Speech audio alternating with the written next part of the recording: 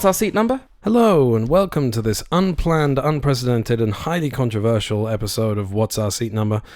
Controversial because my co-host, Sai, is nowhere to be seen, but that is simply out of necessity because he has not seen the movies that I'm going to be talking about, and I just wanted to get my thoughts out there while they are still fresh. Today I want to talk about the new Halloween trilogy, Halloween 2018, Halloween Kills and Halloween Ends. I binge watched these over the weekend. Now, I've seen the original, not the original.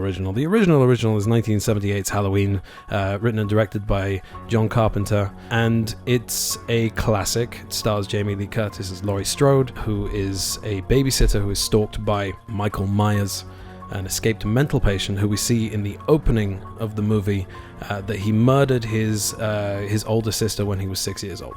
But the first Halloween of this trilogy, confusingly titled Halloween, is a pretty good movie, and I've seen it before. I have it on Blu-ray, and it doesn't reinvent the wheel. It's basically a remake of the night he came home idea of the first Halloween. Michael Myers escapes from the mental hospital, and he starts stalking people in the town of Haddonsfield on Halloween night. And when that movie ends, spoilers abound, by the way, just to give you a fair warning, this is going to contain a lot of spoilers.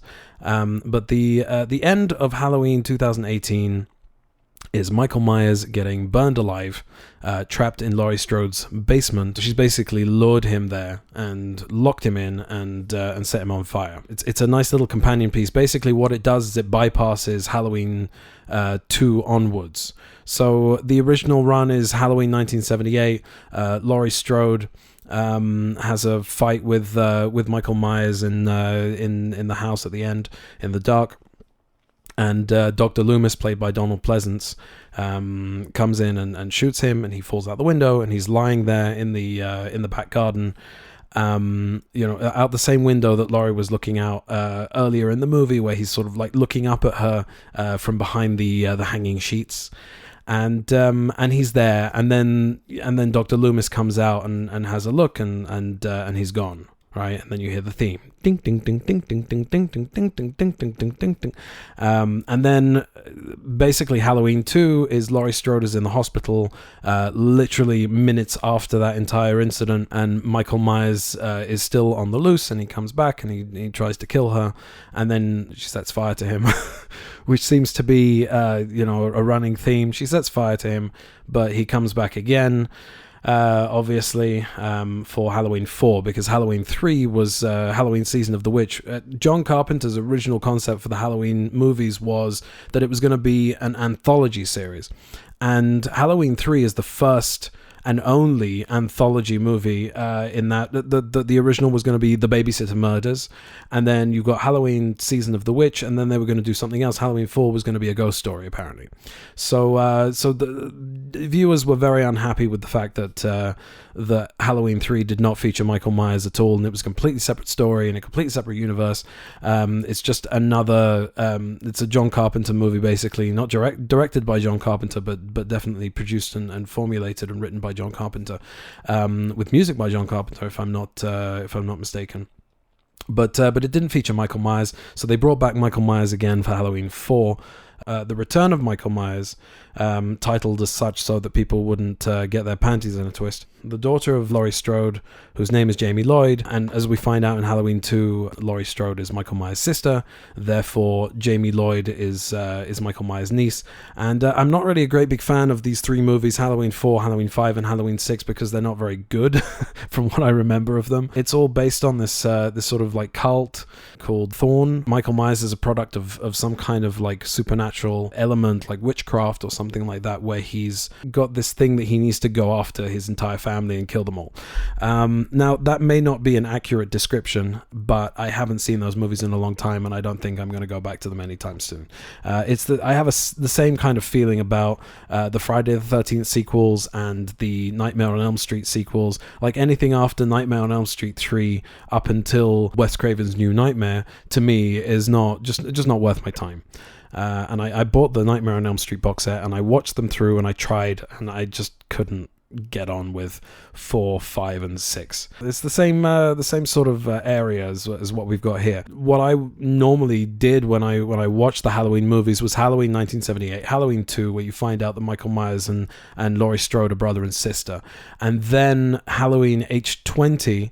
Everybody says H2O, but it's nothing to do with water. It's 20 years later. It's even the subtitle is 20 years later. Halloween H20, 20 years later. So there's no reason why it shouldn't be called Halloween H20.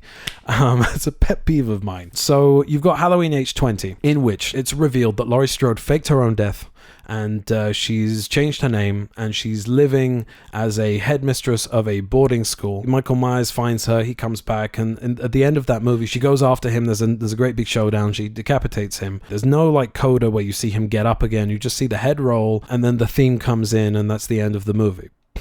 That is, I think, in my formative years, that to me was one of my favorite Halloween movies after the first one, because it was sort of that Scream era where they were making movies like Scream and I Know What You Did Last Summer and The Faculty and Phantoms, in which Ben Affleck obviously was the bomb. I enjoyed those movies when I was younger, so H20 fit right into that category, and it ended it. It ended it wonderfully. It was a sequel that ignored the other three movies, 4, 5, and 6, and it just ended it. And then Resurrection came out, and for some reason they put Laurie Strode in a mental facility or something like that. She'd broken down after those events of Halloween H20, and you find out that Michael Myers had switched himself with one of the first responders that came onto the scene at the end of Halloween H20,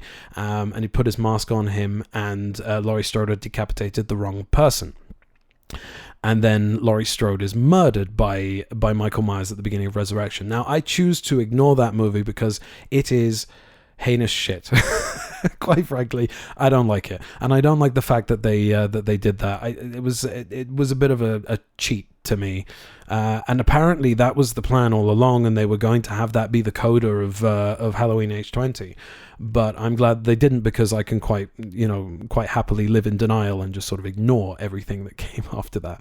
And then you have Halloween 2018, which bypasses Halloween 2. So in Halloween 2018, it continues on directly from 40 years later, directly from Halloween 1978, and it completely bypasses the idea that Laurie Strode and Michael Myers are brother and sister. So no brother and sister in Halloween 2018. He escapes from the mental institution again, and as I said, it's very much a retread of the style of plotting that goes on in Halloween 1978. And then, so I enjoy that movie. I think it's a great reboot quill or sequel, however you wanna term it. It's a great movie. It's a lot of fun. It's very violent, which in terms of, I mean, I'm not as bloodthirsty as I was when I was a kid. I really wanted to see all the blood and whatever, because I don't know why. I think it's a sort of curiosity when you're a kid that you want to see disgusting things, or maybe because you want to seem more adult, that you're watching a movie that's got lots of swearing in it and lots of sex and boobies and and blood and gore and whatever. The thing that amused me about Halloween 2018 was that it was that violent and it was rated R, because a lot of horror movies have kind of gotten the teeth taken out of them. And like it or not, if you're a horror movie fan, that's what a stalk and slash is. It's got to be gory. It's got to have that as part of its sort of genetic makeup, if you will. So I enjoyed that fact, even though some of those things, being older now, being almost 40 myself, that kind of thing kind of makes me cringe a little bit now. It sort of makes me go, which never happened to me before, but I guess, growing up and having kids and sort of becoming an adult, that sort of happens. I remember watching Goldeneye, and there was somebody in the room. I can't remember who it was. I don't think it was family. I think it was a family friend. And you had Alec Trevelyan falling onto the satellite dish at the end of that movie, and he breaks his leg and whatever, and she was sort of like, oh, yeah, and it's rated 12, and it's not exactly, over the top violent. It's not the most violent thing I'd ever seen at that point, so I was like, what is the matter with you? Anyway, I digress. The point is that that Halloween 2018 was a good Halloween movie, and it hit the refresh button, and I really enjoyed it. Now, what I binged this weekend, so I rewatched Halloween 2018, and then I watched Halloween Kills and Halloween Ends.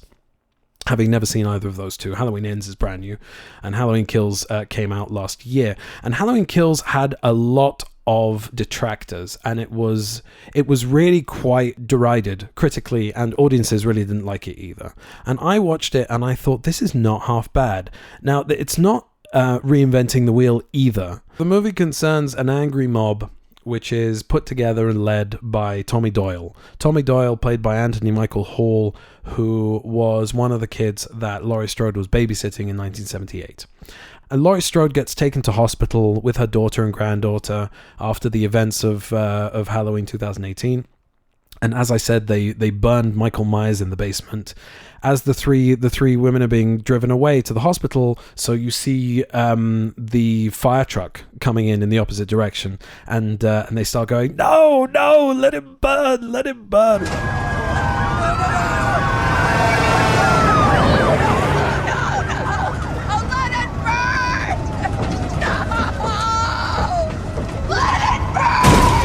So the firemen come in and they start trying to put out the fire, and you find that Michael Myers was hiding behind a metal door that housed weapons in the basement. So he comes out, he kills all of the firefighters. Suddenly he's this unstoppable force, more so than we've ever seen before, where he can take down massive crowds of people at once and just like slice them all up and murder them in various creative ways. So Michael Myers is once again on the loose straight away, so as you can tell, it continues on literally 5 minutes after the first movie ends, which gives it a certain amount of momentum, and there's a definite continuity there. It's the same director, the same writers, the same crew, everything. David Gordon Green, who did such a marvelous job on Halloween 2018, so he comes back and makes his trilogy. And he's obviously got an end game here. He knows what he's trying to do. You have Michael Myers on the loose again. You have Laurie Strode lying in Haddonfield Memorial Hospital. It's exactly the same hospital as Halloween 2. And it's clear that David Gordon Green is trying to sort of echo what's come before, even if he's ignoring it. Aside from that, the movie opens with a flashback to 1978 and what happened after the events of the babysitter murders, which is not clear in Halloween 2018 because Michael Myers just disappears, but you don't see how he gets put into the mental institution again. And so there's a flashback with a young Will Patton, who plays the sheriff. There's a whole altercation with the police and Michael Myers, and then we have that filling in that gap that you see that Michael then gets taken to the mental hospital, and that's where we find him at the beginning of 2018's Halloween. Tommy Doyle is in a pub with a couple of the other survivors. There's Lindsay, who was the other kid that was being babysat in 1978, and there's Marion, who was Michael's nurse. Who was also played by the same actress who was almost killed at the beginning of Halloween 1978 and then is killed in Halloween H20, but obviously we're bypassing Halloween H20. So there she is. And they see that Michael Myers is back again and that he's escaped and he's murdered all of these firefighters. And Tommy Doyle decides to lead an angry mob. Apparently in, I think it's Halloween 5, there's an angry mob. So it's not a new idea, but it's interesting that David Gordon Green and Danny McBride and the other writers decided to go in this direction rather than have it just be another stalk and slash. It could have been exactly that. It could have been exactly the same as every other Halloween movie, another stalk and slash. But they had this really interesting idea of the angry mob becoming the monster, and because it's mob mentality and it's got this forward momentum that has no reasoning. And so Tommy Doyle realizes at the end of it that maybe they were a little bit hasty, but then they find Michael Myers and they start beating him to within an inch of his life, apparently, and then he just takes down all of the angry mob. So by the end of it, they come back to the Myers house, which is where everything began in that flashback, and you see Karen staring out the window. Which is apparently what Michael Myers comes back to do after he kills. He goes to the old Myers house to where he killed his sister, and he stares at his reflection in the window. So Karen's doing that, and then Michael Myers comes up and kills her, which is the shock twist ending of this movie, and it causes the events of Halloween Kills to set in motion in a way. So Michael Myers has escaped once again by the end of Halloween Kills, and it's basically, to be honest, in terms of the movie itself, I enjoyed watching it, and I didn't think it was as bad as everybody said. I can understand a certain amount of the negativity that was leveled at it, but to be honest, it wasn't, to my mind anyway, it wasn't as bad as everybody said it was, and it's very possible that I went in with extremely low expectations, but then again, I went in with low expectations to Morbius as well. I felt that Halloween Kills was a worthy follow-up, and they probably just could have ended it there if they would have taken the finale of Halloween Ends and tacked it on to Halloween Kills. But they didn't. And here's my problem with the entire exercise is there a point to it? Is there a reason for any of these scenes to exist? So Halloween Kills ends, and then Halloween Ends begins. You have this pre-credit scene which shows a new character whose name is Corey babysitting this kid Jeremy as the parents go out for a Halloween party. And Jeremy is a little shit, as it were, and he locks Corey in the attic, and Corey is trying to kick the door down. The parents come home just as Corey succeeds in kicking the door down, and Jeremy is behind the door. Jeremy goes flying, and he falls down the massive spiral staircase, which all of these rich Americans in suburbia seem to have, these massive houses with massive, huge staircases. And he falls down, and there is a splat, and Corey is held responsible, obviously. And then it goes into the credits. The credits, which are styled after Halloween 3 Season of the Witch, which is interesting because it's got nothing to do with Michael Myers. And then we have most of the movie focused on Corey and Laurie Strode and her granddaughter Allison, now living together. And Laurie's got herself a new house, which is on a suburban street, and it's no longer isolated. And she's decided that she's going to live her life, and she's writing a novel, which is some kind of therapeutic exercise for her. Allison is now a nurse in Haddonfield Memorial. So you do continue on with the original characters of those other two movies, but Michael is still somewhere in the background, and Corey takes the spotlight. So that opening sequence was a year after the events of Halloween and Halloween Kills, and then we fast forward another 3 years, which again loses the momentum a certain amount. I was watching House of the Dragon, and I really enjoyed episodes 1 to 6, and then it time jumped forward, and they recast the original two leading ladies. And while the new cast is great and does a fantastic job, and the writing is still top notch, I kind of lost that connection a little bit because of the time jump and because of the recasting, and I really wanted to carry on with the original cast. And here, while there's no recasting going on, but there is a lack of momentum because it doesn't continue on anywhere near close to the first two movies, so there's a disconnect there. And then Corey comes in. Corey has a certain amount of PTSD from the incident that happened in Halloween in 2019, and he's locally completely and utterly hated. Everybody thinks that he's a child murderer. He maintains that it was an accident, which obviously we as the audience can see that it was to a certain extent. But honestly, if that was my kid, I would have murdered the bastard, whether it was an accident or not. So there's definitely something interesting going on there, and interesting sort of examining PTSD, examining culpability, examining blame.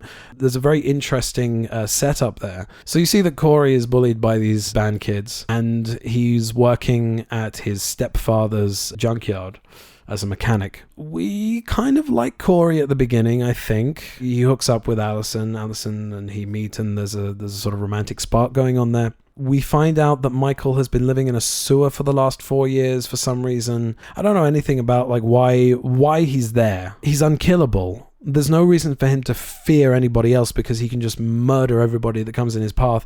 What's he biding his time for? for 4 years.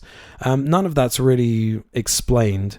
And you see that Corey, over the next half hour, 40 minutes or so, starts to get dark, and he's being bullied, and Laurie sort of takes him under her wing. But you see that he's kind of like getting dark. You can see that he wants to murder these band kids. He's seriously disturbed. So there's an interesting sort of night and day kind of like the Joker Batman kind of thing going on here. That Laurie Strode is the example of somebody with PTSD who is trying to make a new life for herself, and Corey is an example of somebody with PTSD who can't cope and who is sort of slowly but surely slipping into the dark side. And there's a moment where the band kids kind of mug Corey, and they throw him over the side of a bridge, and he winds up at the overpass where Michael Myers is living in a sewer pipe, and he sort of comes across Michael Myers, and they tussle a little bit, but then Michael Myers looks into Corey's eyes and for some reason sees evil, and therefore lets him live, which I'm not really sure why that happens. Because Michael Myers just kills indiscriminately. But yeah, he lets him live, and Corey goes on a killing spree, killing all of the people who pissed him off. His mum, the band kids, there's a radio DJ who he murders. He wants to kill Laurie because Laurie has told him to stay away from Allison because she also sees evil in his eyes. Now, I've always wondered this because, I mean, you get a feeling about somebody, but I've never seen eyes in real life that belies some kind of something. I never see it, like there's that whole thing about Harry Potter having his mother's eyes. It always mystifies me. Like I don't get it. So there's evil in Corey's eyes. It could be that whole thing that when when actors kind of tilt their heads down and like roll their eyes up a little bit, like and smile slightly, they look evil. But Laurie has kind of sussed it out in Corey and tells him to stay away from Allison. So Corey comes to kill Laurie Strode, and Laurie calls in a suicide for some reason, and then shoots a pumpkin, and then says, "You didn't think I'd really kill myself, did you?" And then she shoots Corey. Corey falls down the stairs. He's still alive, obviously, because people don't die. If you're a boogeyman, you don't die in these movies. And then Laurie says to Corey, Laurie says to Corey, "You can't have her." And then Corey says, "Well, if I can't have her, no one can." And then he knifes himself in the neck. And then Laurie picks up the knife. Now, again, it's a cliche. Why would you take the knife out and hold it? Because somebody's going to walk in and see you holding the knife, standing over a dead body and go, "Oh, what have you done? What have you done? What have you done?" That's basically how it always goes. And that is exactly what happens here. That Allison walks in, sees Laurie Strode standing over her boyfriend with a bloody knife. And she goes, "What have you done? Why would you do that?" Blah, blah, blah, blah, blah. And that's it for Corey, really. So we've spent a good, I want to say 75-80% with Corey in this movie, following Corey around, and then he just sort of dies on the floor. Michael comes back, takes his mask back from Corey that Corey has stolen from him, and there is a kerfuffle. It's the only thing I could really call it, because Epic Showdown is not really what it is. I think this entire movie should have been an epic showdown between Michael and Laurie, but it wouldn't be the first time, and it probably won't be the last either. I mean, Jamie Lee Curtis says that it's her last Halloween movie, but do you believe her? I'm not sure that I do. So you have this sort of showdown, which culminates in Jamie Lee Curtis, Laurie knifing Michael on the kitchen counter in all of his limbs to sort of like pin him down and make sure he doesn't move. And then she slits his throat, and there's a whole procession with Michael sort of strapped to the roof of a car, and they take him to Corey's dump, and they put him in a not a pulverizer, but like one of those like shredder, like car shredding machines that I have no idea what it's called because I don't know anything. And he gets pulverized in kind of a gory, squelchy fashion, and that's the end of Michael Myers. And then the sort of the title fades out where it says Halloween ends, and then Halloween fades out, and it just leaves ends on the screen. So there we have it. That's the movie. It's basically, the structure is 85% Corey, 75-80, 85% Corey, and then the rest of it is literally just a showdown with Laurie and Michael that could have been tacked onto the end of Halloween Kills. There's really no reason for the rest of the movie to exist. I mean, I enjoyed spending time with the characters, and there's a lot of character development in it, and there's some interesting themes examined, and I enjoyed following Corey around, but his story sort of ends inconsequentially. So there's really no reason for it to exist, because at the end of the day, it's all about Laurie and Michael. So at the end of the day, my summary is that I really love Halloween 2018, and I enjoyed Halloween Kills. I sort of enjoyed Halloween Ends, but fridge logic is setting in, and now I'm kind of thinking to myself, it's not that great. I don't have the passion for it to really like get riled up about it. It's not No Time to Die. You know, I love Halloween, and I have done since I was a kid, and I know that Mark Kermode likes it as well. And he really had like a massive rant about Halloween Ends, and I'm sure he will do when David Gordon Green, Danny McBride, and that whole crew makes their Exorcist sequel trilogy again. Doing the same thing that they've done with Halloween, which is basically to bypass all of the Exorcist sequels and just make a direct sequel to The Exorcist 1 with Ellen Burstyn in tow, and then another 2 movies off the back of that if it's successful. But they have a trilogy arc in mind, and Kermode is very sort of against it, and he's saying, why would you do this? Why? What's with the trilogy thing? Why must you? So that, you know, that's basically the long and short of it. It's not great. It's not awful. It's not the worst Halloween movie I've ever seen, and I do applaud them for trying to do something different. And they did try and do something different, but at the end of the day, they reverted back to, in the last act, they reverted back to just Michael versus Laurie, and that's it. So I really don't see the reason why it couldn't have been a Michael-centric movie from the get-go. And there's something online that shows that, you know, Halloween Kills is modeled after Halloween 2, which is obvious because of the the Haddonfield Memorial Hospital setting, and Laurie Strode being sort of in a hospital bed the entire time. And then you've got Halloween 3 Season of the Witch, which doesn't feature Michael at all, and Halloween Ends features the same sort of title design as Halloween 3 and barely features Michael. It does feature Michael, but barely features Michael. I'm not exactly sure what the idea of that was, if it was maybe just a little bit of a sort of an homage perhaps to those other 2 movies. There's definitely a lot of callbacks in these 3 movies that show a reverence for the original, and I appreciated it because they weren't sort of in your face. It's kind of natural because it's still set in Haddonfield, and it's sort of continuing on, and there would be people in that sort of small town, I guess, that would have lived there for their lives. There's a sort of solidarity with the town, I guess, and the town's people. What I don't understand is why Corey didn't leave Haddonfield. If he's almost completely like derided, he had a job, he could have like saved up some money and just like left. There's a lot of holes there and a lot of like leaps in logic that I don't quite get. But as I said, it's not as bad as everybody seems to be making out. It's definitely not worth getting riled up about it. So all y'all on Facebook, chill the fuck out. It's fine. It's a fine trilogy. I think that that Halloween and Halloween Kills are my favorites of the 3, and Halloween Ends, I could sort of take it or leave it, but it does kind of like that last 15 minutes does kind of wrap everything up. So I appreciate it for that, but I appreciate what they were trying to do.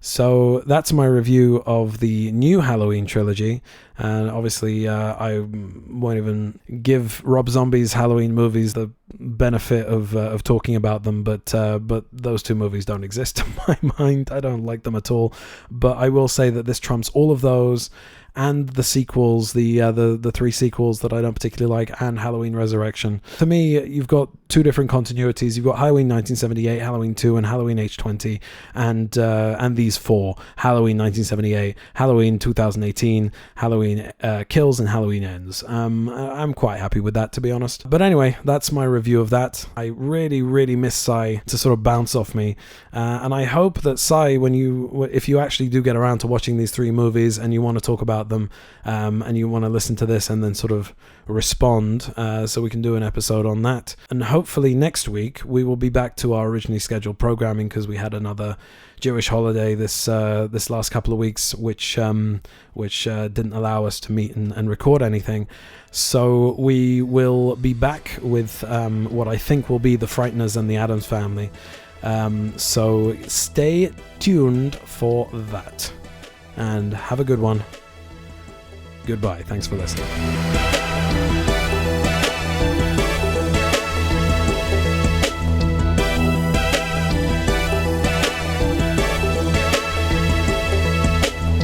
What's our seat number?